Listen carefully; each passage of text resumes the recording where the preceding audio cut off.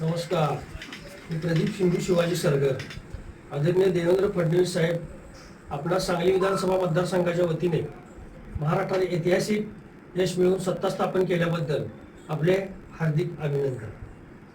2014 पासून मान्य सुधीरदादा गाडगीळ यांच्या विजयात सिंहाचा वाटा असणारे पैलवान धीरज सूर्यवंशी यांना विधान परिषदेवर संधी द्यावी अशी समस्त सांगलीकरांची इच्छा आहे. गोपीचंद पडळकर साहेबांची रिक्त जागा पैलवान धीरज सूर्यवंशी साहेबांना द्यावी. 2014 ते 2024 आमदार सुधीरदादा गाडगीळ यांच्या विजयात त्यांचा सिंहाचा वाटा आहे. कार्याचा पक्षाने विचार करावा अशी सांगली जिल्ह्याच्या नागरिकांची इच्छा आहे. धीरज सूर्यवंशी आमदार व्हावे विधान परिषदेवर, यासाठी मी माझ्या स्वतःच्या रक्ताने पत्र लिहून माननीय देवेंद्रजी फडणवीस साहेब यांना पाठवत आहे.